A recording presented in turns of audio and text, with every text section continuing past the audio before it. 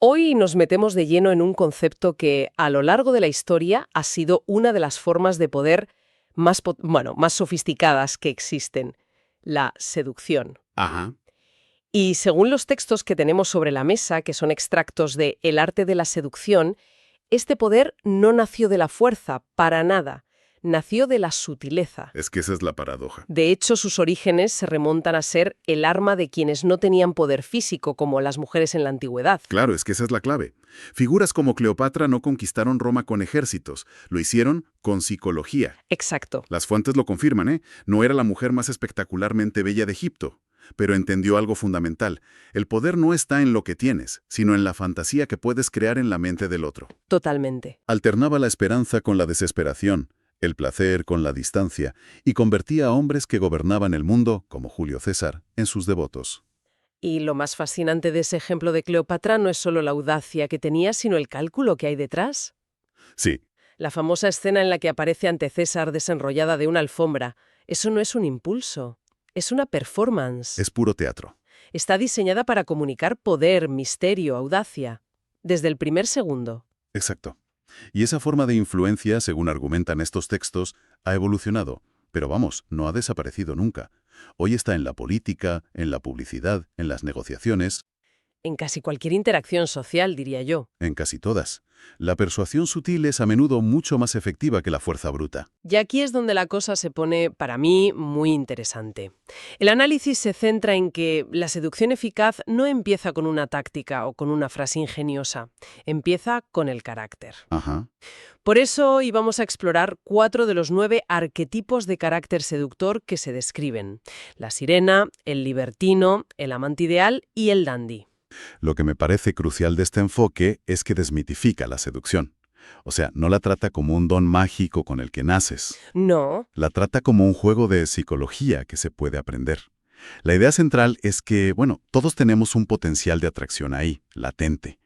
La clave, según los autores, es identificar qué cualidades de nuestro carácter resuenan más con los demás y aprender a desarrollarlas. o sea que estos arquetipos son como un mapa de esas cualidades. En esencia, sí. Un mapa. ¿De acuerdo? Pues empecemos a navegar por ese mapa. El primer arquetipo es la sirena. Los textos la describen como la fantasía masculina definitiva. En la liberación total. El hombre, que a menudo está atrapado en un rol de responsabilidad, de racionalidad, pues anhela un escape a un mundo de puro placer. Y la sirena es justo la encarnación de esa promesa. Exacto. Y volvemos a Cleopatra, claro. Es el ejemplo perfecto de la sirena espectacular. Su poder no estaba en su físico, sino en su teatralidad. Totalmente. Mantenía a César y más tarde a Marco Antonio en un estado de fascinación constante. Les ofrecía espectáculos fastuosos, juegos de poder, se vestía como la diosa Isis. Nunca era predecible. Nunca. Un día era la amante apasionada y al día siguiente la reina fría, distante, obligándolos a perseguirla, a dudar, a desearla más. Vale, pero ¿cómo funciona eso a nivel psicológico? O sea, ¿por qué esa teatralidad es tan efectiva para anular a dios tan poderosos? Pues, a ver, el análisis apunta a que el poder de la sirena está en la distracción. Al crear una presencia tan intensamente visual, sensorial, dramática, te cortocircuita el pensamiento racional. Ah, claro. El objetivo se ve inundado de estímulos, de placer, y deja de analizar, de pensar en las consecuencias.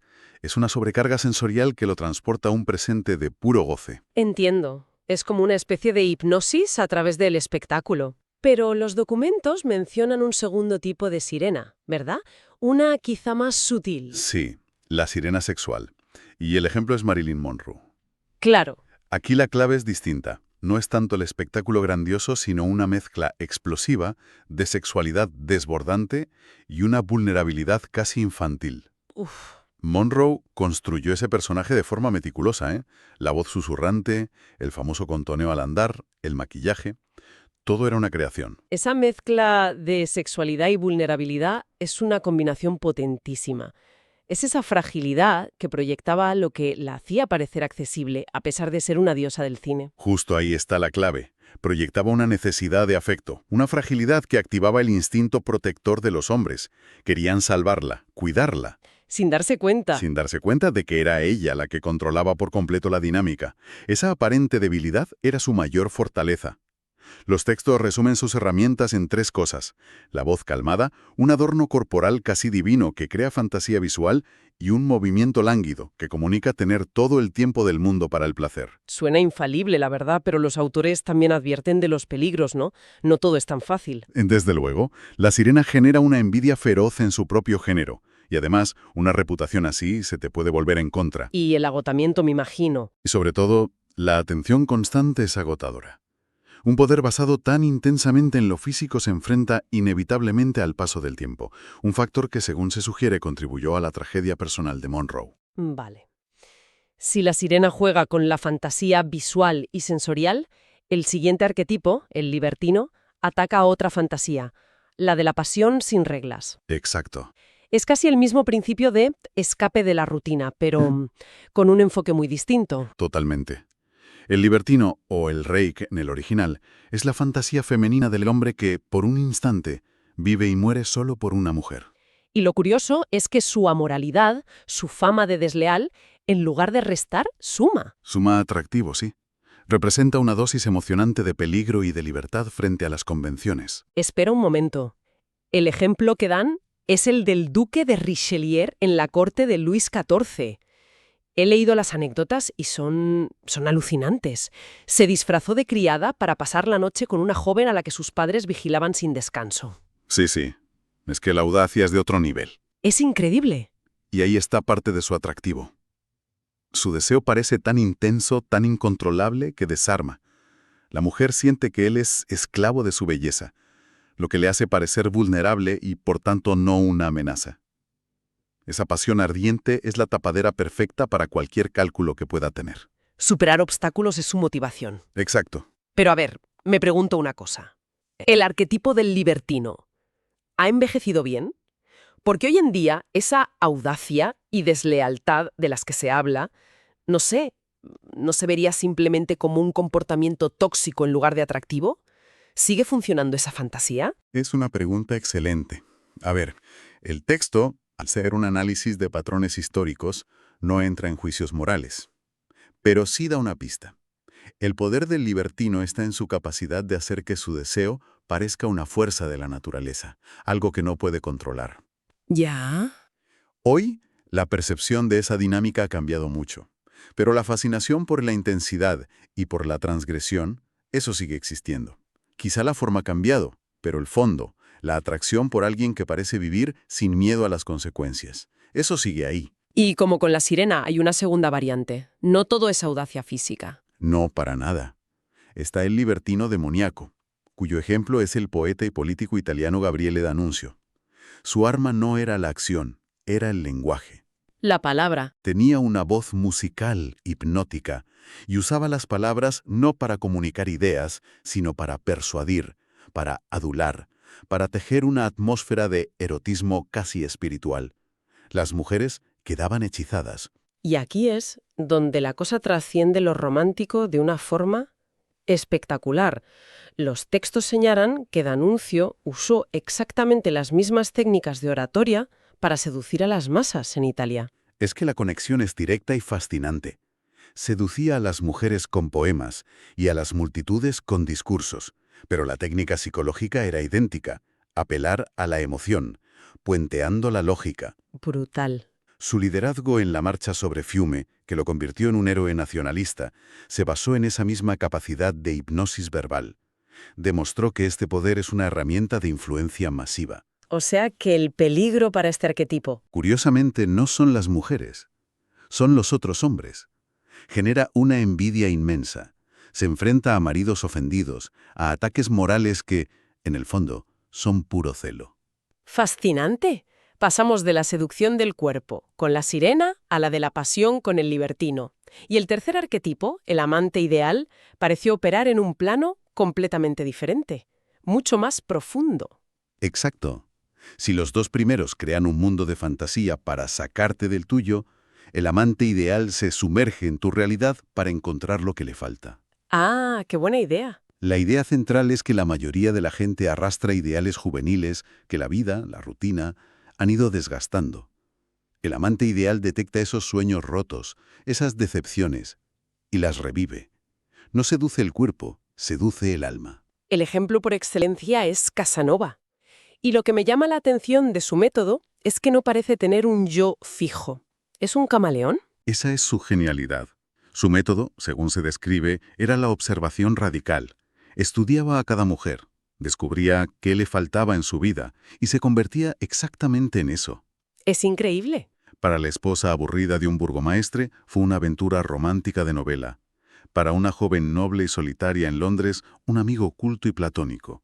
Para una monja devota en España, la tentación que necesitaba para sentirse viva. O sea, que Casanova no era el mismo. No, era un espejo del ideal perdido de cada mujer. Es increíble la energía que debía consumir eso. Ser un amante ideal suena agotador.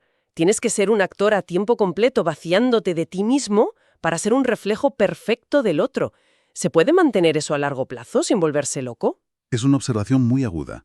El texto no lo aborda directamente, pero sí señala el gran peligro de esta táctica, la realidad. Claro. Esta seducción se basa en una fantasía tan personalizada que cualquier atisbo de la imperfección humana del seductor puede romper el hechizo de forma brutal.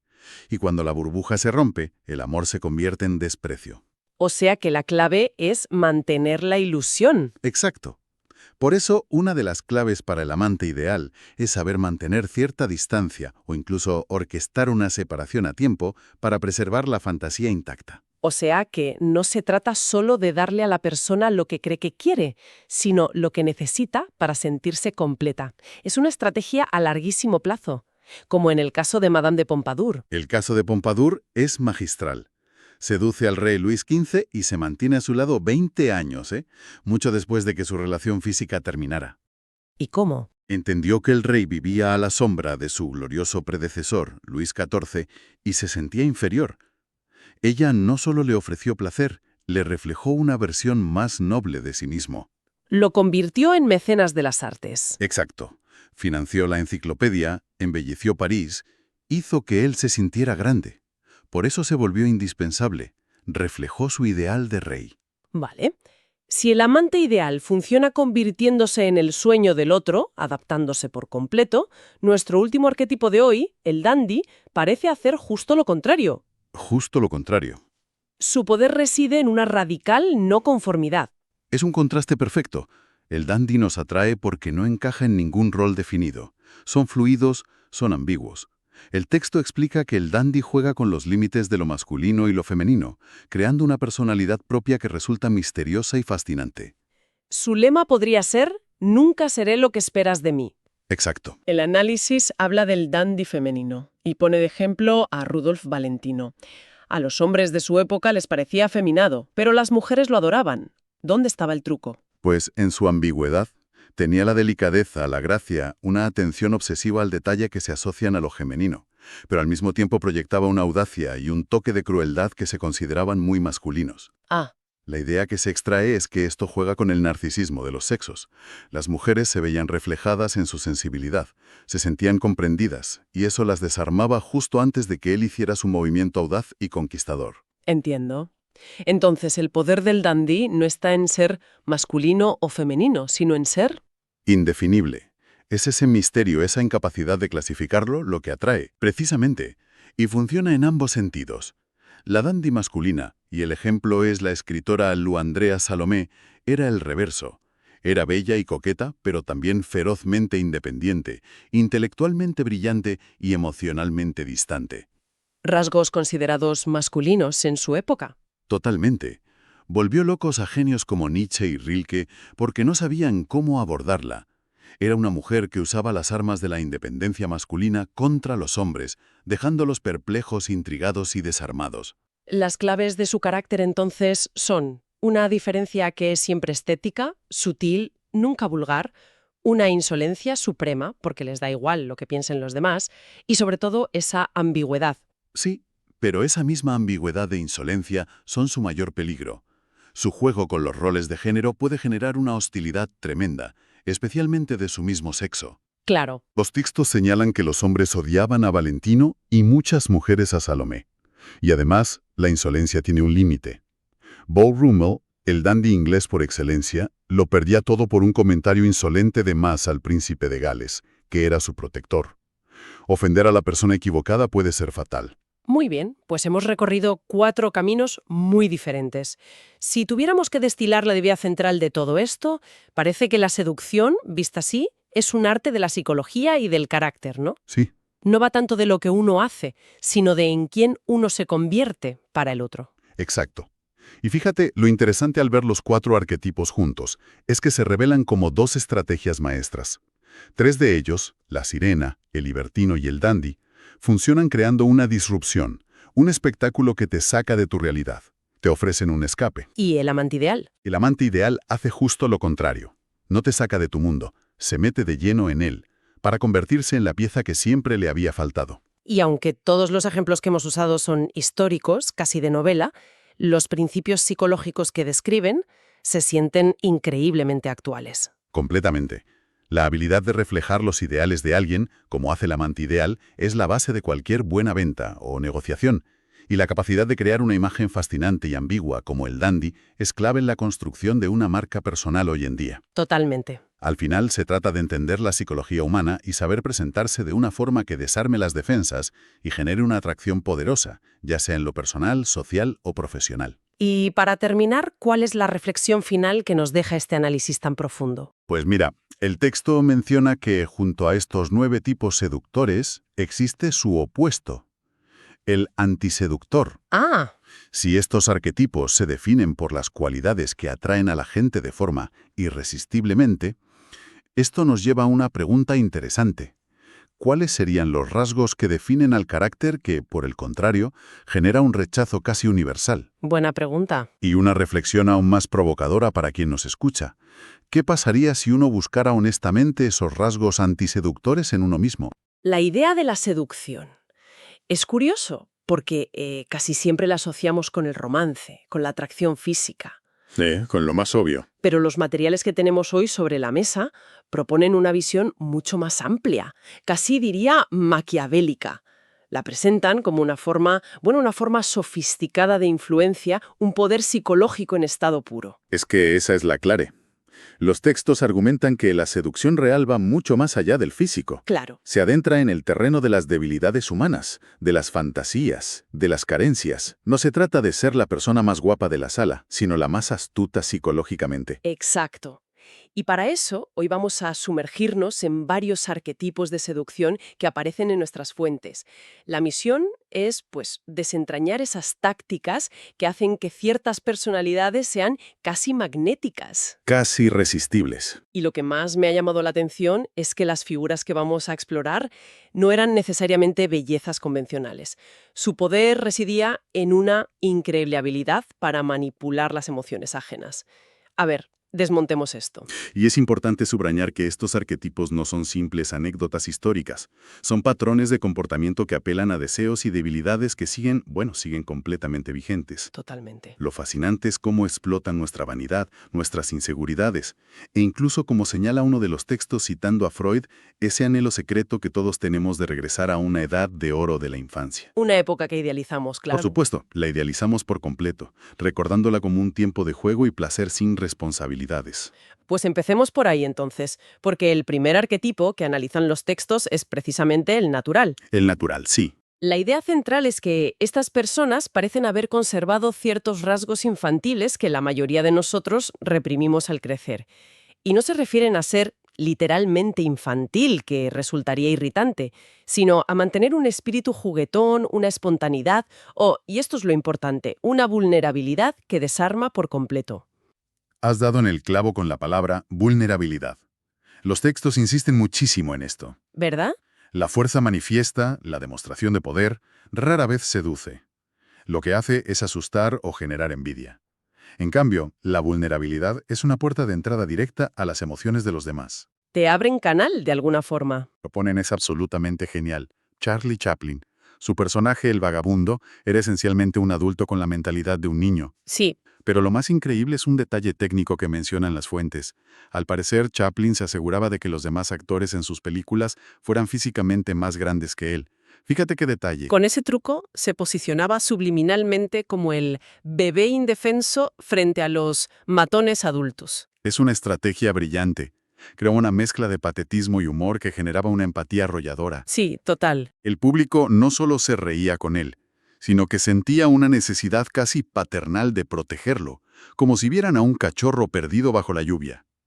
Y esto hay que ponerlo en contexto, que es crucial para entender su éxito. Claro, no surge en el vacío. Para nada. Estamos a principios del siglo XX. El mundo se está volviendo cada vez más industrializado, mecánico, inhumano.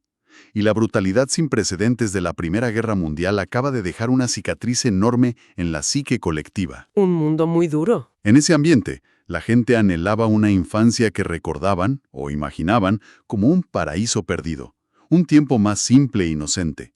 Y Chaplin les ofrecía exactamente esa ilusión. Él era el refugio. Entiendo.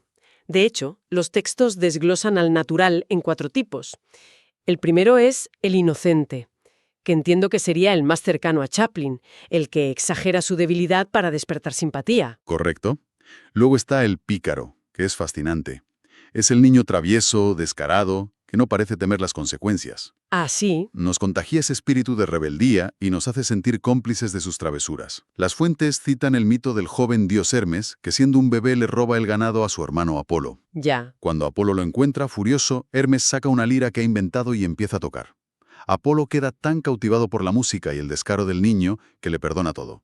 Ese es el poder del pícaro. Me llama la atención el del pícaro. ¿No hay un riesgo enorme de que esa travesura se perciba simplemente como algo molesto o inmaduro? O sea, ¿dónde está la línea que lo convierte en algo seductor en lugar de irritante? Esa es una pregunta excelente, y la clave está en el encanto y la falta de malicia. El pícaro no es malicioso, es juguetón. Vale. Su audacia no busca herir, sino romper las reglas y la monotonía. Es esa chispa de anarquía lo que resulta atractivo, porque nos libera momentáneamente de nuestras propias inhibiciones. Si sus acciones tuvieran una intención cruel, cruzaría la línea y se convertiría en un simple cretino. El encanto es la red de seguridad. Vale. Tiene sentido. Y los otros 2 tipos son el prodigio, que es la persona con una habilidad que parece innata, casi mágica, porque oculta todo el sudor que hay detrás. Exacto, como un Mozart. Y por último, el amante indefenso. Este es muy potente, ¿Por qué? porque se define por una apertura total a la experiencia, sin la rigidez defensiva que desarrollamos los adultos. Esta apertura radical invita a la otra persona a bajar la guardia también, creando una especie de desarme mutuo que genera una intimidad muy rápida y profunda. Es fascinante cómo el natural desarma a través de la vulnerabilidad, de una aparente transparencia total. Pero el siguiente arquetipo que analizan los textos juega un partido completamente opuesto. Totalmente. En lugar de mostrarlo todo, su poder se basa en ocultar, en la ambigüedad calculada. Hablamos de la coqueta, ¿verdad? Justo. Si el natural es un libro abierto, la coqueta es un enigma envuelto en un misterio. Su estrategia fundamental es nunca, jamás, ofrecer una satisfacción total. Nunca. Orquestan un vaivén constante y deliberado entre la esperanza y la frustración. Te dan una señal de interés y luego se retiran. Te ofrecen calor y luego de repente frío. Y aquí es donde se pone realmente interesante, porque uno de los textos suelta una afirmación bastante provocadora, que la gente es inherentemente perversa, que nos excita mucho más aquello que se nos niega o que no podemos tener. Es que es una de las palancas psicológicas más potentes que existen. Los textos lo llaman el placer masoquista de la persecución. La incertidumbre es un afrodisíaco mucho más poderoso que la certeza. Desde luego. Y el ejemplo que utilizan para ilustrarlo es histórico y demoledor. La relación entre Josefina de Beauharnais y un joven y ascendiente Napoleón Bonaparte. Un Napoleón que, por lo que se lee en las fuentes, era un genio en el campo de batalla, un estratega sin igual, pero en el terreno emocional era profundamente inseguro. Y Josefina, que era una superviviente nata de la Revolución Francesa, lo caló al instante. Lo vio venir. Entendió que bajo esa fachada de control se escondía un hombre apasionado y vulnerable. Así que primero lo atrajo con todo su encanto y atención. Le hizo creer que estaba fascinada con él. Pero en cuanto despertó su deseo, en cuanto supo que lo tenía enganchado, empezó a retirarse estratégicamente. ¿Y cómo lo hacía exactamente? Pues, por ejemplo, cuando Napoleón estaba en sus campañas militares en Italia, ella le escribía cartas muy poco frecuentes y deliberadamente frías, sin pasión. Se negaba a reunirse con él poniendo excusas. Vaya, esto lo volvía completamente loco. Una de las fuentes cita una de sus cartas desesperadas. Para vivir por Josefina, es para ella que vivo. Trabajo para acercarme a ti, me mato para alcanzarte. ¡Qué fuerte! Su frialdad intermitente no hizo que él perdiera el interés, al contrario, alimentó una obsesión febril.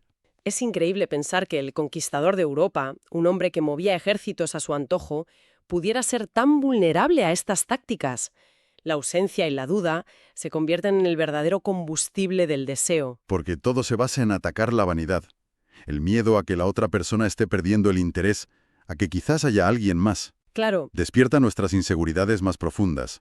Esa alternancia de frío y calor crea un ciclo de ansiedad y alivio que es químicamente adictivo para el cerebro. te engancha. De hecho, los textos señalan que la ira del objetivo, como la que sentía Napoleón, es una señal inequívoca de su esclavitud emocional. Estaba atrapado. Hay una cita clave en los materiales que lo resume a la perfección. No se rindió, se dejó conquistar. Se dejó conquistar. Es una rendición, sí, pero totalmente orquestada por ella. Vale, hemos visto la seducción a través de la autenticidad vulnerable y a través de la ausencia calculada. El tercer arquetipo que exploran los textos parece un tercer camino, casi una forma de judo psicológico. El encantador, sí. Y me parece contraintuitivo, porque en vez de intentar impresionar, los textos dicen que su poder reside en hacer justo lo contrario, ¿no? En desviar el foco por completo hacia la otra persona. Es que es un ataque directo y preciso a las debilidades más primarias de cualquier ser humano. La vanidad y la necesidad de sentirse importante. El encantador se convierte en un espejo perfecto. Un espejo. Se adaptan a tus estados de ánimo, validan tus sentimientos, empatizan con tus problemas, te escuchan con una atención que parece absoluta. Básicamente, hacen que te sientas como la persona más fascinante, inteligente y comprendida del planeta. Hay una cita de Benjamin Disraeli, que es uno de los ejemplos principales, que lo clava. Háblale a un hombre de sí mismo y te escuchará durante horas. Tal cual. Los encantadores, según esto, no discuten, no se quejan, no buscan el conflicto. Su única misión es crear una atmósfera de placer y confort alrededor de su objetivo. Hacen que la otra persona se sienta increíblemente bien consigo misma. Y claro, eso es adictivo. El caso de Disraeli con la reina Victoria es una clase magistral. Cuando él llega al poder, se encuentra con una monarca amargada, de luto permanente por su marido, el príncipe Alberto, y completamente retraída de la vida pública. Sí. El resto de sus ministros, como su gran rival Gladstone, eran formales, rígidos, aburridos. La trataban como una institución. Disraeli, en cambio, Hizo lo contrario. la trató como a una mujer. La halagaba, le contaba cotilleos, le pedía consejo y en un gesto de genialidad la llamaba su reina de las hadas. La reina de las hadas, a la emperadora del Imperio Británico. Hay que tener audacia. Pero funcionó. La sacó de su caparazón y se la ganó por completo. La hizo sentir viva y valorada de nuevo, no como una figura política, sino como persona. Y esto nos lleva a la anécdota que mencionan las fuentes, que es simplemente brillante para entender la diferencia. La de la princesa sí es buenísima. Una princesa inglesa comentó una vez que después de cenar sentada junto al rival de Disraeli, Gladstone, se iba a casa pensando que Gladstone era el hombre más inteligente de Inglaterra. Pero que después de cenar sentada junto a Disraeli se iba a casa pensando que ella era la mujer más inteligente de Inglaterra. Esa anécdota es la definición perfecta.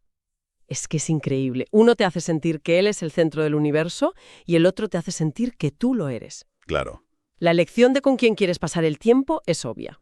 Esa es la esencia pura del encantador. No se trata de que tú quedes impresionado con ellos, sino de que tú te vayas sintiéndote impresionante. Se convierten en una fuente de placer narcisista para ti. Y como decías antes, ese placer genera una dependencia poderosísima. Claro, ¿quieres más? La gente volverá una y otra vez a la persona que le hace sentir validada, escuchada y brillante. ¿Quién no querría repetir esa sensación? Vale, hemos visto lo que funciona. El natural, la coqueta y el encantador. Pero para terminar, las fuentes también dedican un apartado a modo de advertencia sobre lo que debemos evitar a toda costa. Sí. Nos presentan la figura del antiseductor, que es la antítesis de todo lo que hemos hablado. Sí. Y su rasgo definitorio, el que subyace a todos los demás, es una profunda inseguridad que se manifiesta como un egocentrismo total. Son personas tan absortas en sí mismas que son incapaces de leer o comprender la psicología de los demás. Están atrapadas en su propia cabeza. Y dan algunos ejemplos muy reconocibles, ¿no? Como el bruto, que no tiene paciencia y solo busca su propio placer inmediato. Sí. O el charlatán. El charlatán es un clásico. Habla sin parar de sí mismo, de sus logros, de sus problemas, y es completamente incapaz de escuchar. Nadie más. Otro tipo es el tacaño. Y esto es interesante. Su tacañería con el dinero, según los textos, no es solo un tema económico. Revela una personalidad constreñida, miedosa, incapaz de arriesgar o de entregarse generosamente, ni en lo material ni en lo emocional. Entonces, el gran delator, la señal de alarma definitiva, es esa falta de atención a los detalles, ¿no? La sensación de que no te están viendo a ti como individuo. Esa es la clave. Como no pueden ver lo que te hace diferente, su atención es genérica, torpe, casi ofensiva en su falta de personalización. Exactamente. Su aproximación es un monólogo, no un diálogo. Y reconocer estos rasgos es crucial. No solo para poder identificar y evitar a estas personas, sino, y esto es más importante, para ser conscientes de no caer nosotros mismos en esos comportamientos. La autoconciencia es la primera y más importante defensa para no convertirnos en un antiseductor. Entonces, ¿qué significa todo esto? Haciendo un balance, hemos visto al natural, que seduce a través de la vulnerabilidad y una aparente autenticidad. Luego, a la coqueta, que seduce justo con lo contrario, con la ausencia y la ambigüedad. Sí. Y finalmente al encantador, que lo hace desviando toda la atención hacia el otro. Son tres caminos psicológicos muy distintos que llevan al mismo fin: cautivar a otra persona a un nivel muy profundo. Y esto nos lleva a una pregunta final, que creo que es la más interesante de todas. Los materiales no presentan estos arquetipos como rasgos de personalidad fijos, sino como roles, Ah, como estrategias que se pueden aprender y aplicar conscientemente. Chaplin construyó meticulosamente su personaje. Josefina calculó sus movimientos con una precisión casi militar. Disraeli planeó su acercamiento a la reina como si fuera una campaña diplomática. es cierto, no lo pintan como algo puramente instintivo. Hay un componente claro de arte, de estudio, de práctica. Es casi una habilidad. Exacto. Así que la reflexión final que podríamos dejar sobre la mesa es esta. ¿Son estos arquetipos cualidades innatas? ¿Una especie de don con el que algunas personas simplemente nacen? ¿O O son en realidad un conjunto de habilidades psicológicas que, con suficiente estudio de la naturaleza humana y mucha práctica, cualquiera podría llegar a dominar? es un poco inquietante pensar en ello como una habilidad que se puede aprender, ¿no? Implica un nivel de cálculo en las relaciones humanas que da un poco de vértigo. Definitivamente algo en lo que pensar. Bienvenida a este análisis en profundidad. Hoy tenemos sobre la mesa un tema eterno, la seducción. Pero la fuente que vamos a desgranar no lo trata como un simple impulso, sino casi como una ciencia. Nos presenta un plan maestro, pieza por pieza, sobre cómo construir esa atracción. Empezaremos por el primer contacto, veremos cómo se aviva el deseo y, finalmente, cómo se mantiene esa llama. Exacto. Y es crucial entender desde el principio que, aunque los ejemplos son, románticos, esto no es un manual de citas. Es un estudio sobre la psicología de la persuasión. Las tácticas que vamos a ver, crear misterio, generar valor, mantener la intriga, son mecanismos que operan en la política, en los negocios, en la publicidad, en cualquier ámbito donde se busque cautivar a otra persona. Totalmente. Es la psicología del deseo en su estado más puro. Y para entenderla, la fuente nos propone un viaje a través de unos ejemplos históricos que son fascinantes. Así que, si te parece, empecemos por la primera regla, que es casi una paradoja. Para atraer a alguien, lo primero que hay que hacer es no mostrar interés. De acuerdo, vamos a desgranar esto. Parece contradictorio, ¿verdad? Pero la idea de fondo es que la franqueza total, el ir de frente, a menudo genera una barrera. La otra persona se pone a la defensiva. La estrategia que se propone es la aproximación indirecta, una que se disfraza de otra cosa. Y el caso que lo ilustra es espectacular. El del duque de Lauzun y Anne-Marie Louise d'Orléans, la grande mademoiselle. Ponnos en situación, hablamos de la Francia del siglo XVII. Ella no es una mujer cualquiera. Para nada. Es prima del rey Luis XIV, una de las mujeres más ricas y con más alto rango de Europa. Es inteligente, idealista y, como es lógico, increíblemente cínica y desconfiada. Sabe que la mayoría de los hombres que se le acercan solo ven su fortuna y su estatus. Y entonces aparece el duque de Lauzun, que, por lo que cuenta la fuente, era todo lo contrario a un pretendiente discreto. Tenía fama de ser un don Juan de manual. Precisamente. Un soldado valiente, sí, pero también un mujeriego notorio, con un ingenio afilado y a veces cruel. Nadie, y menos ella, esperaría de él un cortejo sutil. Y ahí reside su genialidad. En lugar de flirtear, se le acerca como un amigo. ¿Y cómo lo hace? Porque es que es fácil decir me acerco como amigo, pero ejecutarlo sin que se note la intención. Pues mira, hablando de lo que a ella le interesaba de verdad, no de cumplidos vacíos. Sus conversaciones eran sobre el dramaturgo Corneille, sobre el concepto del heroísmo, sobre la grandeza del alma, temas que resonaban con su idealismo. Orquestaba encuentros casuales en la corte, de modo que ella sentía que el destino los unía. Y lo más importante, nunca hablaba de amor o de atracción. Con lo cual ella empieza a bajar la guardia. Totalmente. Y no solo eso. Ella, acostumbrada a ser el centro de atención, de repente se encuentra con este hombre fascinante, que parece no tener el más mínimo interés romántico en ella. Y empieza a preguntarse, ¿qué pasa? ¿Por qué este seductor empedernido me trata como a una intelectual más? ¿Acaso no le resulto atractiva? Esa duda, esa pequeña herida en su vanidad, es el germen de su propia atracción. Es brillante. La Fuente lo resume en una frase demoledora. Nada es más eficaz en la seducción que hacer pensar al seducido que es él quien seduce. Ella cree que es la que está llevando la iniciativa, la que busca sus conversaciones, cuando en realidad está siguiendo el camino que él le ha trazado. Exactamente. Se basa en la ambigüedad, en no saber exactamente a qué atenerse. Y hablando de ambigüedad y de figuras que descolocan, no hay un ejemplo más potente que el de Oscar Wilde durante su gira por Estados Unidos. Me parece increíble la historia de Wilde, porque él llega a América en 1881 con una imagen pública que era, como poco, provocadora. Provocadora es poco. Imagina la escena en el lejano oeste. Aparece este dandy irlandés con su melena, sus pantalones de terciopelo y sus medias de seda a dar conferencias sobre el arte del Renacimiento. La gente iba a sus charlas esperando odiarlo, esperando ver a un farsante amanerado. Y se encontraban con todo lo contrario. Se encontraban con una contradicción andante.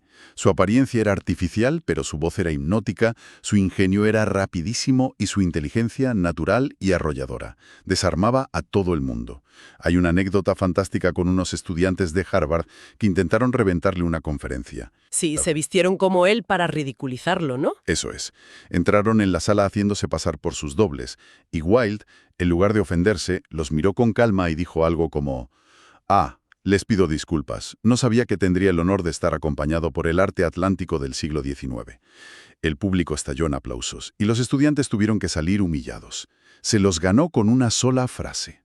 Pero la prueba de fuego fue su visita a Leadville, un pueblo minero de Colorado.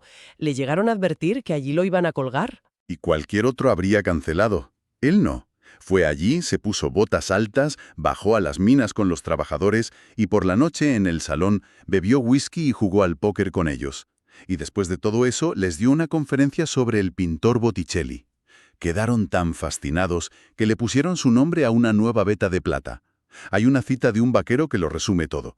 Ese tipo es un artista, pero puede beber más que cualquiera de nosotros y luego llevarnos a casa de dos en dos. Es que esa es la clave de la seducción que describe La Fuente, la paradoja. Si eres duro, muestra un lado tierno. Si eres muy intelectual, muestra un lado mundano. Esa mezcla de opuestos crea un enigma, una sensación de profundidad, que resulta irresistible. No eres predecible. Exacto. Wilde era masculino y femenino, duro y delicado, artificial y genuino. Esa complejidad hacía que la gente quisiera saber más, que se sintieran atraídos por el misterio que proyectaba. Vale. Entiendo lo de Lauzun y el misterio, la fascinación de lo ambiguo con Wilde. Pero todo eso suena a que puede llevar meses. Es un juego de paciencia. ¿La Fuente ofrece alguna táctica más explosiva? ¿Algo para intensificar el deseo una vez que ya tienes la atención de alguien? Por supuesto. Una vez creada la intriga, hay que darle valor al premio. Y aquí La Fuente introduce una de las herramientas más potentes y peligrosas de la psicología humana, la rivalidad. Lo llama la creación de triángulos. Suena maquiavélico. Lo es. Y el ejemplo paradigmático es Lou von Salomé, una mujer que a finales del siglo XIX y principios del XX fascinó a las mentes más brillantes de Europa. Su historia con los filósofos Paul Rey y Friedrich Nietzsche es un caso de estudio. ¿Cómo funciona exactamente esta creación de triángulos? Pues mira, Salomé primero cautiva a Paul Rey, y cuando ya lo tiene interesado, En lugar de corresponderle, le hace una propuesta insólita. Le dice que quiere formar una especie de trinidad intelectual, una comuna donde vivirían ella, Rie y el gran Friedrich Nietzsche, a quien aún no conocía en persona. O sea que no solo no le da exclusividad, sino que mete a un rival en la ecuación. Un rival del calibre de Nietzsche, nada menos. Exacto. El efecto es doble. Por un lado, Rie, consumido por los celos, le escribe a Nietzsche cartas desesperadas hablando de esta mujer increíble, con lo que despierta la curiosidad y el deseo de Nietzsche antes incluso de haberla visto. Por otro, la competencia entre los dos filósofos por su atención intelectual y afectiva la eleva a la categoría de musa inalcanzable. Su valor se dispara. Es curioso porque eso es básicamente el motor de las redes sociales, ¿no? Ver a alguien constantemente rodeado de amigos atractivos o de posibles pretendientes en sus fotos de Instagram automáticamente eleva su valor percibido. La fuente está describiendo un mecanismo psicológico que hoy está súper amplificado. Es una observación perfecta. El deseo humano, como dice la fuente, es fundamentalmente social e imitativo. A menudo no deseamos algo por sus cualidades intrínsecas, sino porque vemos que otros lo desean. La popularidad es un afrodisíaco. Salomé lo entendió a la perfección y lo usó toda su vida. Su fama por la relación con Nietzsche la precedía, y eso atrajo a figuras como Sigmund Freud. Y dentro del círculo de Freud la historia se repitió. Freud quedó cautivado, pero su interés se intensificó por los celos que sentía hacia un discípulo más joven, Victor Tausk, que también se enamoró perdidamente de Salomé. De nuevo, el triángulo. Al generar esa rivalidad, ya sea real o percibida, apelas directamente a la vanidad de las personas. Quieren ganar, poseer lo que otros codician. Si destilamos esto, la idea de fondo parece ser que no basta con ser deseable. Hay que crear una sensación de urgencia, de competición. Pero la fuente va un paso más allá y habla de otra táctica, una bastante más oscura, crear una necesidad a través de la ansiedad. Sí, esta es probablemente la estrategia más controvertida que se describe. Y el ejemplo es el escritor D.H. Lawrence. La fuente lo describe como un hombre que podía ser francamente desagradable, pero que ejercía una atracción casi magnética. Y su método era peculiar. Empezaba creando una amistad muy íntima, ¿no? Sí, primero se ganaba la confianza absoluta de la persona, generalmente una mujer. Se convertía en su confidente, creaba un espacio de seguridad y de intimidad total. Y justo cuando la persona estaba completamente cómoda, él cambiaba de registro. De repente, lanzaba críticas personales increíblemente duras, pero muy certeras. Espera un momento, eso suena francamente cruel. ¿Estamos hablando de seducción o de manipulación emocional? ¿La fuente hace una distinción o presenta esto como una técnica legítima, sin más? Es una pregunta clave. La fuente lo presenta de una forma casi clínica, como una descripción de un mecanismo psicológico eficaz, sin entrar en juicios morales. Describe lo que Lawrence hacía.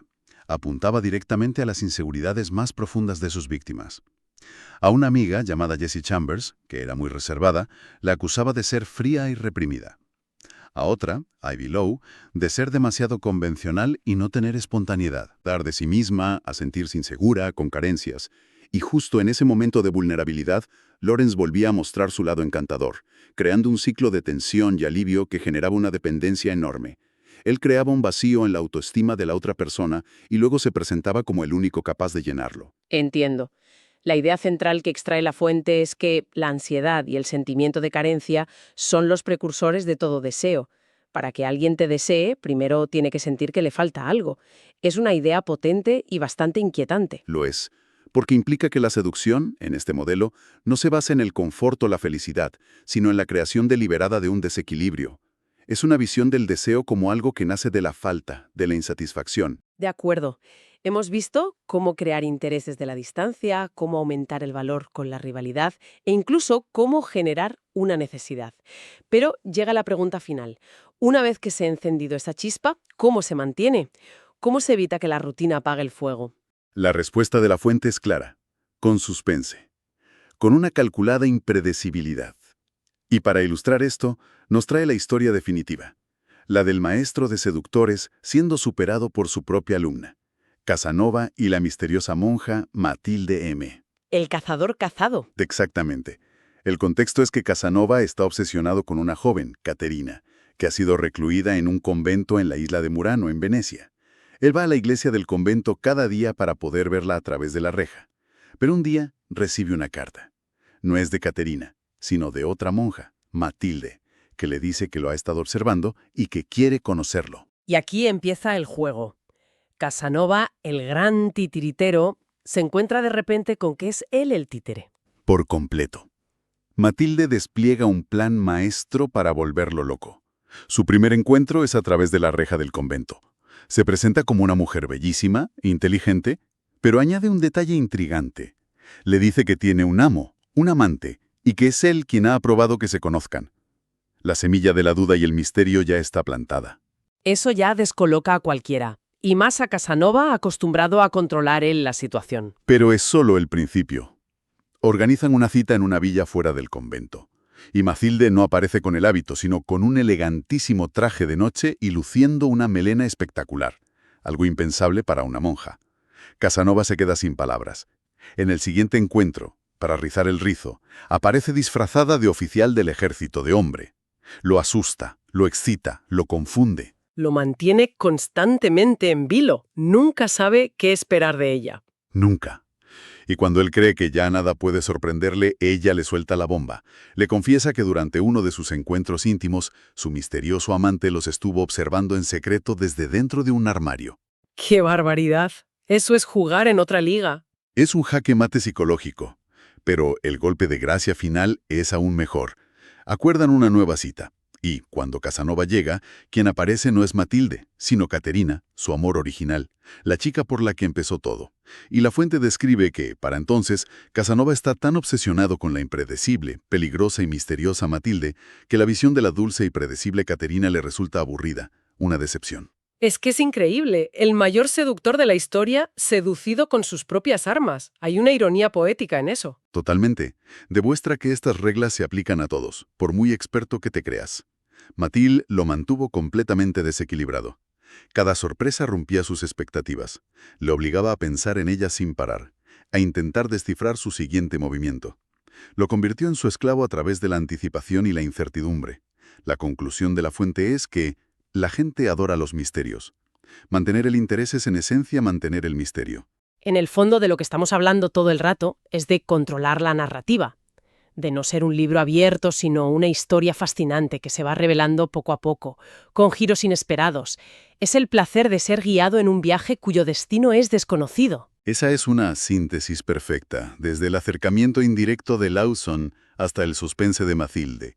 Pasando por las contradicciones de Wilde o los triángulos de Salomé, todas son herramientas para convertirte en el narrador de la historia y hacer que la otra persona desee desesperadamente saber cómo continúa. Recapitulando, hemos visto un arsenal de estrategias bastante potente. El poder de la ambigüedad, el valor que crea la rivalidad, la necesidad que nace de la ansiedad y el hechizo que produce el suspense. Y si lo elevamos a una conclusión más amplia, lo que estas historias revelan son verdades muy profundas sobre nuestra psicología.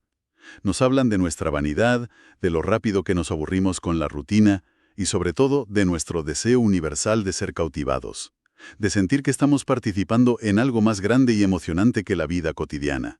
La seducción en ese sentido es el arte de ofrecer esa promesa. Y esto me lleva a una última reflexión. La fuente presenta estas estrategias como un juego calculado, casi una partida de ajedrez donde el seductor es un estratega que mueve las piezas con total control. Pero, ¿hasta qué punto es eso posible? Al orquestar emociones tan intensas, al sumergirse tan profundamente en la psicología de otra persona, ¿no corre el seductor el riesgo de convertirse en víctima de su propio artificio? ¿Quién seduce a quién al final? Es la gran pregunta sin respuesta. ¿Puede uno jugar con fuego, con algo tan volátil como el deseo humano, y mantener realmente un control absoluto sin quemarse en el proceso? Quizás el verdadero arte no sea solo empezar el juego, sino también saber cuándo uno ha empezado a jugarlo de verdad. Bienvenidos. Hoy nos vamos a meter a fondo con una serie de textos sobre el arte de la seducción. Sí, pero ojo. Exacto. Un aviso importante. Esto no va de frases para ligar ni de trucos de 3 al cuarto. Para nada. Lo que vamos a analizar es mucho más denso. Es casi psicología pura y dura. Eso es. Queremos entender cómo funciona de verdad la fascinación, no cómo se consigue esa influencia tan bestia sobre alguien, y ver qué patrones se repiten. Exacto, porque al final todos los casos que vamos a ver se apoyan en dos movimientos clave. El primero es construir una imagen idealizada, casi una fantasía, alrededor de uno mismo. ¿Y el segundo? Y el segundo, que es igual de importante, es desarmar poco a poco las defensas de la otra persona. Y para entender todo esto, hay un concepto del escritor Stendhal que es perfecto. Ah, ¿sí? Nos va a servir de guía. Es la cristalización. La cristalización suena interesante. A ver, ¿qué es exactamente? Stendhal usaba una metáfora que es de verdad preciosa. ¿Cuál? Decía, imagínate que coges una rama seca, una rama normal y corriente, y la dejas unos meses en una mina de sal. Vale. Cuando la sacas, ¿qué ha pasado? Pues que está cubierta de cristales brillantes, parece una joya, vamos. Ah, claro, la cristalización. Exacto, pues él decía que con la mente nos pasa lo mismo. Cuando alguien nos empieza a fascinar, nuestra imaginación empieza a cubrir a esa persona de perfecciones que, a lo mejor ni siquiera tiene. La mente hace el trabajo de embellecer, si le das el espacio para hacerlo. O sea que el seductor no te convence, sino que crea las condiciones para que tú te convenzas sola. Me gusta. Esa es la idea. Vale, pues empecemos a desgranar esto. La primera gran idea que se repite en todo lo que hemos leído es que lo predecible, la rutina, la familiaridad, es veneno para la seducción. El veneno absoluto. La clave es el misterio, esa habilidad de poetizar tu propia presencia. Hay una frase de Kierkegaard que lo clava. Poetizarse a uno mismo en una muchacha es un arte. Y no hay mejor ejemplo de esto que la historia de Eva Duarte y Juan Perón. Es que es un caso de estudio increíble sobre cómo se construye un mito. Lo curioso es que, por lo visto, al principio Perón ni se fijó especialmente en ella. Cuando se conocieron, él pensó que era, demasiado mayor para su gusto y que vestía de forma muy llamativa. No parecía su tipo para nada. ¿Qué cambió entonces? Cambió que ella entendió perfectamente lo que él necesitaba. Le ofreció una devoción total, casi religiosa. Reflejaba sus ideas, le hacía sentir, el hombre más importante del mundo. Y al día siguiente aparecía como una dama sofisticada. Esa ambigüedad lo volvió loco. Claro, nunca sentía que la conocía por completo. Justo. Siempre había algo más, una capa nueva que descubrir. La mantenía en un pedestal, sí, pero un pedestal con sombras, ¿sabes? Con rincones que no podía iluminar. Y eso es muy potente. Y aquí es donde la cristalización de Stendhal entra en juego de una forma brutal. El momento clave es cuando encarcelan a Perón en el 45. Ahí es cuando se separan. Es la primera vez. Y es en esa ausencia, en esa distancia, cuando la imagen de Eva explota en su mente. Cuentan que llenó las paredes de su celda con fotos de ella. Increíble. La soledad, la distancia. Le permitieron idealizarla sin ningún límite. Ya no era una actriz con un pasado complicado. De repente era una santa, una heroína. La mujer de su destino. Es increíble cómo la ausencia puede ser más poderosa que la presencia. Totalmente. Él mismo le escribió en una carta desde la cárcel algo como: solo al estar separado de los seres queridos podemos medir nuestro afecto. En esa ausencia, la rama seca entró en la mina de sal, y cuando salió, Eva ya era un diamante. Y él le prometió que se casaría con ella en cuanto saliera. y lo más alucinante es que esa misma mecánica, esa mezcla de presencia dramática y ausencia estratégica, la usó para seducir a toda una nación. El famoso viaje por Europa. Claro, en el 47. La convirtió en un mito, éxitos, de cómo conquistaba Europa. La distancia permitió que la gente proyectara en ella todas sus fantasías sobre el espíritu argentino. Dejó de ser una persona. Se convirtió en Evita, un lienzo en blanco donde todo un país pintó sus esperanzas. Fue una maestra en gestionar su propia imagen a través del misterio y la distancia. Vale, lo de Evita es jugar con la imagen y el misterio a un nivel magistral.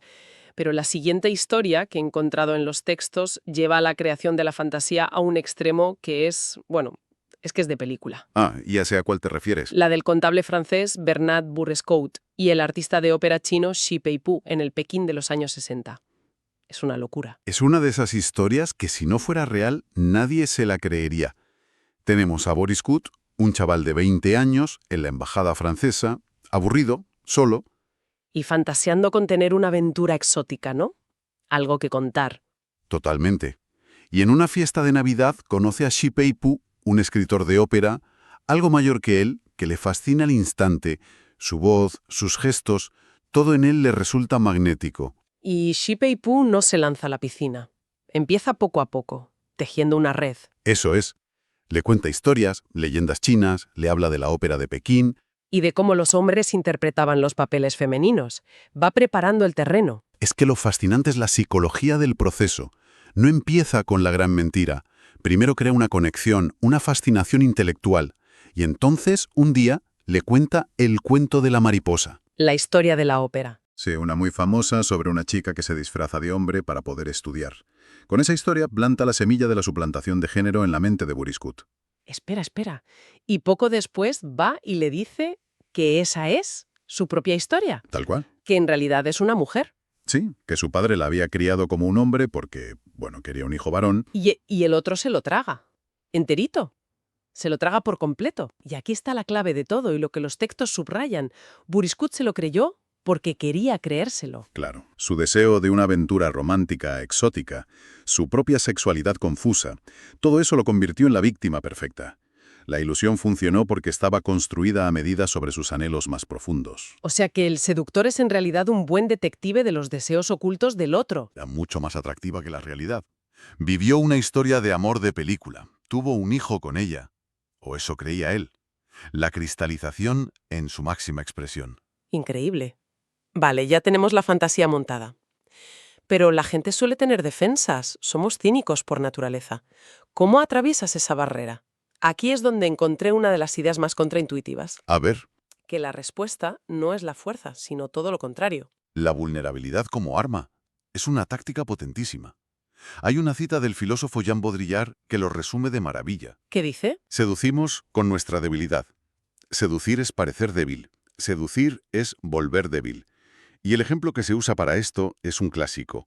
El vizconde de Valmont y la presidenta de Tourbel, de las amistades peligrosas. Claro, Valmont es el mayor libertino de París, un depredador.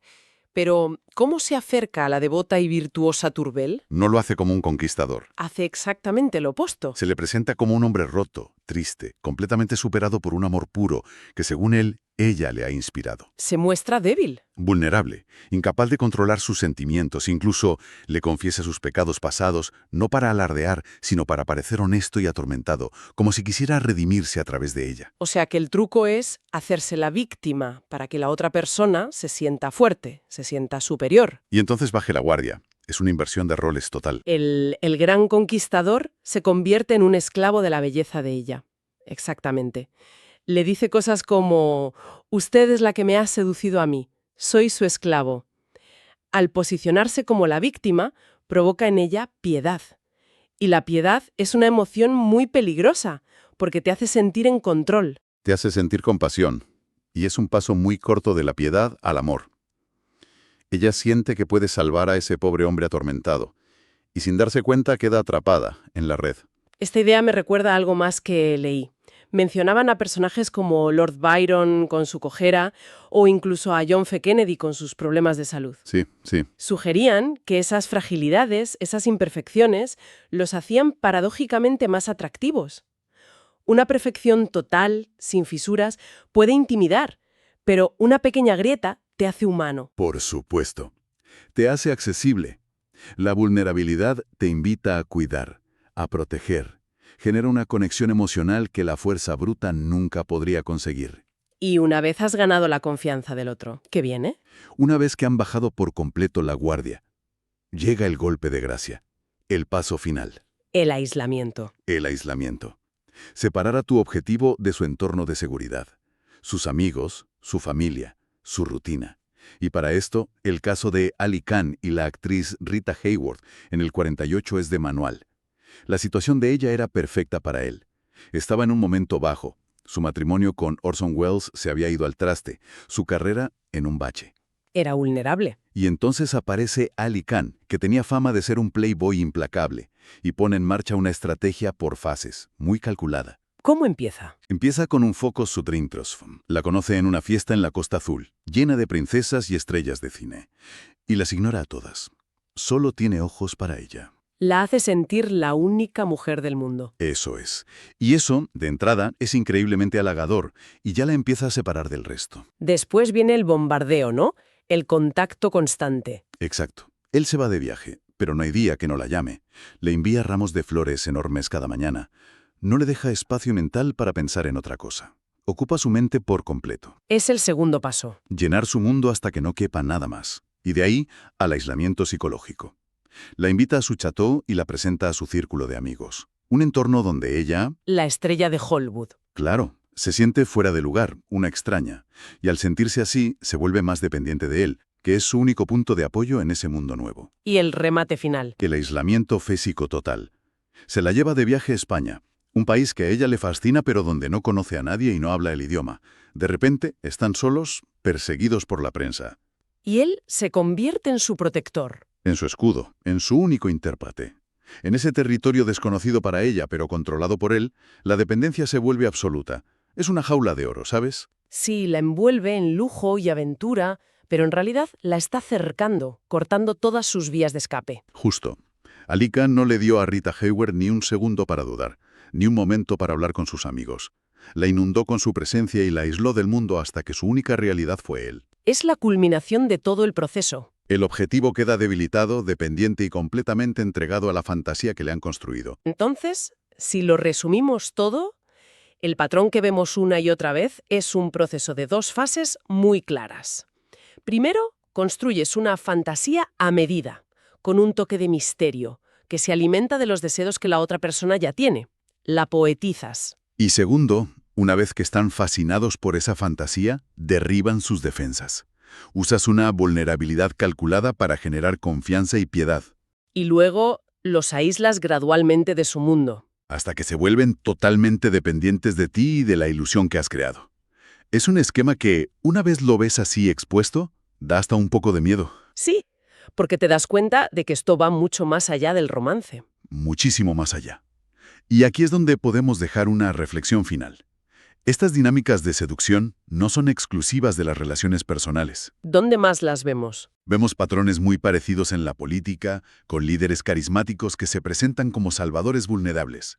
Lo vemos en la publicidad, que nos vende fantasías, incluso en la devoción religiosa o en la adhesión a ciertas ideologías. Son herramientas de persuasión universales. Exacto. La creación de un ideal, el juego con la vulnerabilidad, el aislamiento del individuo de otras influencias. Entonces, la pregunta que nos dejan estas lecturas es bastante potente. Sí. La pregunta es, ¿hasta qué punto nuestros apegos más fuertes a personas, a ideas, a líderes, incluso a marcas, se basan en un proceso similar de idealización y vulnerabilidad gestionada? Y sobre todo, ¿con qué frecuencia somos nosotros los que participamos voluntariamente en nuestra propia seducción, anhelando con todas nuestras fuerzas la fantasía que nos ofrecen, simplemente porque es mucho más placentera que la realidad?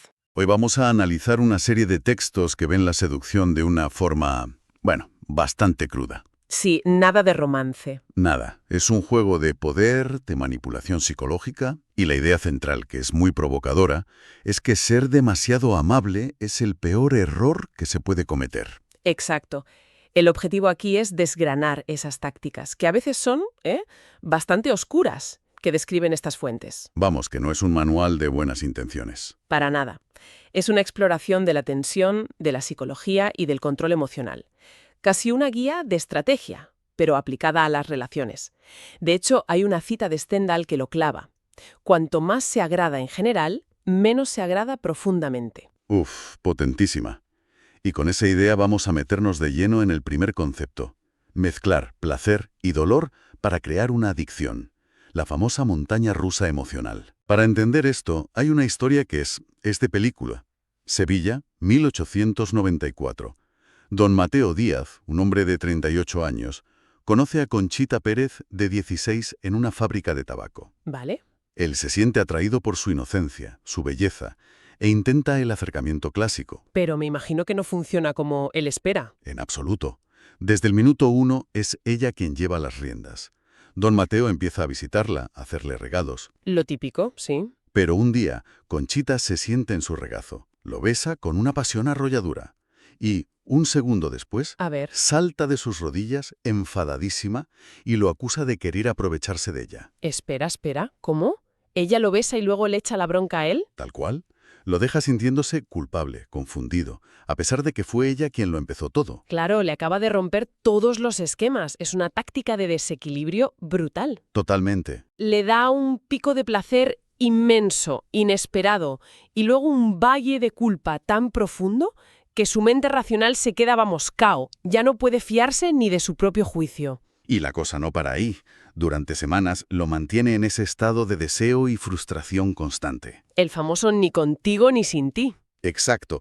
Lo deja verla en camisón, pero no que la toque.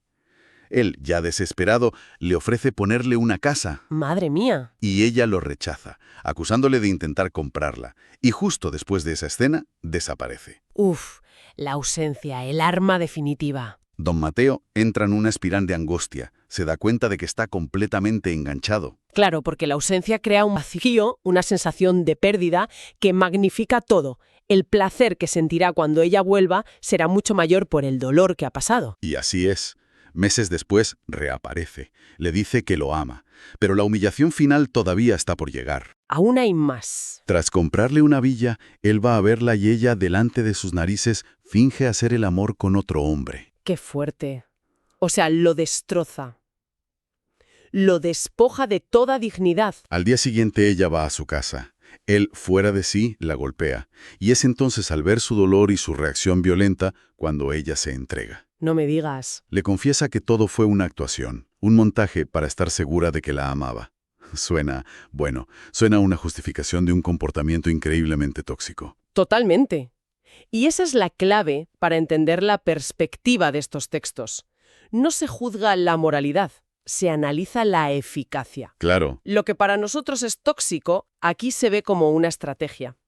Al crear esos valles emocionales tan profundos, la culpa, la desesperación, los celos, los picos de placer se vuelven intensísimos. la reconciliación, la entrega. Todo se magnifica. Y eso genera una adicción, como decíamos. La víctima se engancha a la montaña rusa. Y esta táctica de desestabilizar la vemos en otros campos. Por supuesto. La periodista Oriana Falacci la usaba con figuras de poder como Henry Kissinger. Ah, ¿sí? Alternaba preguntas durísimas, personales, que tocaban sus inseguridades, con halagos y preguntas filosóficas. Ese vaivén los desarmaba y acababan revelando cosas que jamás habrían contado. Les hacía perder el control. La conclusión de las fuentes es vertiginosa. La seducción no funciona a pesar del dolor, sino gracias a él. Da que pensar, desde luego. La idea de que mucha gente, sobre todo la acostumbrada al poder, anhela en secreto que alguien les domine, que les haga perder el control. Vale, entiendo. Tienes a la persona enganchada. ¿Y ahora qué? ¿Aceleras a fondo? Pues no, haces todo lo contrario. No, das un paso atrás. Es la segunda fase. Que el perseguidor pase a ser el perseguido. Hay una cita de Kierkegaard en las fuentes que dice: «Me retiro y así le enseño a ser victoriosa mientras me persigue». Y para esto hay un ejemplo que es una obra de arte de la crueldad psicológica. El de Baudelaire. El poeta Charles Baudelaire y Apollonia Sabatier. Ella era una musa en el París del siglo XIX, admirada por todos, y un día empieza a recibir cartas anónimas. Cartas que, imagino, no eran la típica declaración de amor. Para nada. Eran una mezcla extrañísima de adoración casi religiosa y un deseo carnal con un punto oscuro, cruel. Una ambigüedad calculada. La intriga, el misterio, es mucho más potente. Su mente empieza a trabajar, a rellenar los huecos, a obsesionarse. Y tanto. Intenta adivinar quién es. Sospecha del tímido Baudelaire, que va a su salón literario pero apenas habla. Y justo cuando está a punto de atar cabos, las cartas cesan. De repente, silencio absoluto. ¿Y cuánto dura ese silencio? Años. Años. La tuvo años en vilo. Es de una crueldad tremenda. Ella no deja de pensar en él, de construir una fantasía, hasta que un día Baudelaire publica Las flores del mal. Y ahí lo reconoce. Claro, reconoce en el libro varios de los poemas que él le había enviado en secreto. El silencio es una forma de tortura, pero también hace que el deseo crezca en la imaginación. Baudelaire ya no es un hombre, es un mito que ella misma ha construido. El clímax llega cuando por fin se reúnen a solas. Ella lo espera todo. una confesión, una declaración. Pero Baudelaire se muestra distante, frío, casi formal. Increíble. Después de tenerla años obsesionada, cuando por fin se ven, se hace el sueco. Hay que tener una sangre fría tremenda. Es una jugada maestra, desde luego. Ese comportamiento desata el pánico en Sabatier. Toda su compostura se desvanece. Pasa de ser la perseguida a ser una perseguidora desesperada. Pierde el control por completo. Y ese era el objetivo de Baudelaire. No quería solo un amante, quería dominar su mente. Al dar un paso atrás en el momento clave, genera una ansiedad insoportable. Y la única forma que tiene ella de aliviarla es tomando la iniciativa. Se convierte en participante activa de su propia seducción. Exacto. Entendido.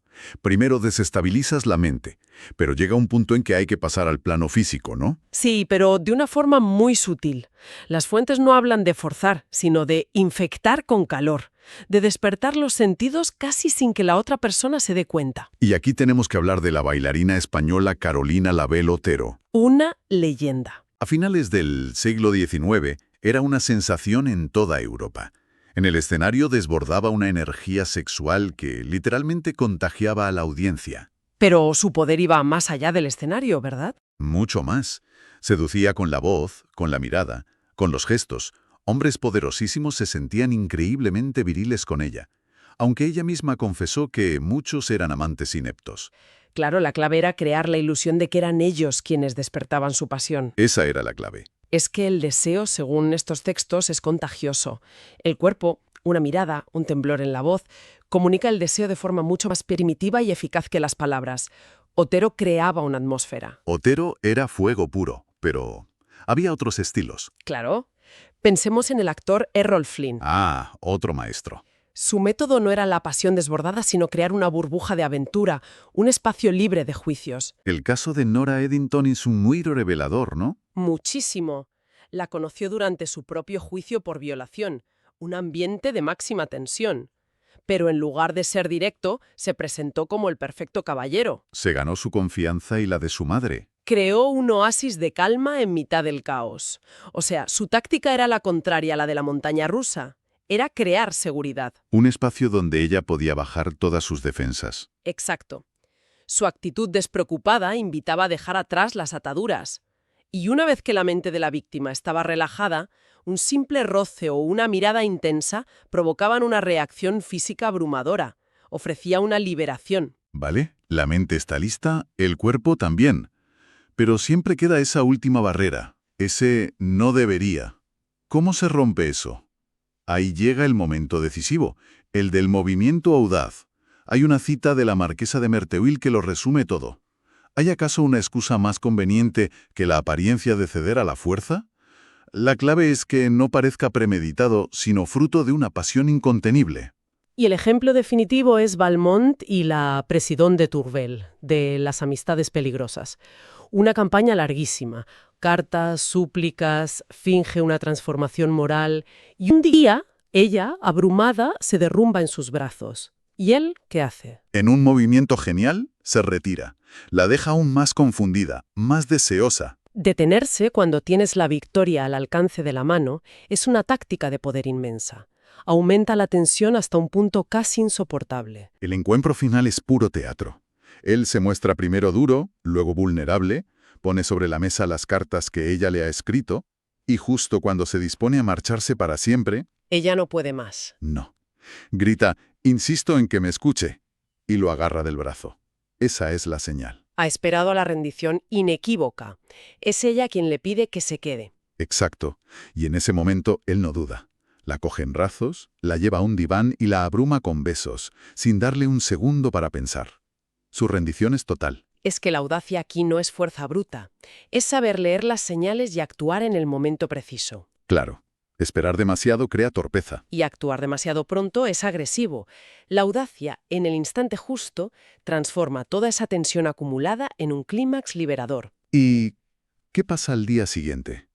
Cuando la caza ha terminado, el hechizo se rompe, ¿cómo se gestiona? El primero es la ruptura. Lo llaman el sacrificio. Si se va a terminar, que sea rápido y limpio. Exacto. Una ruptura lenta es cruel.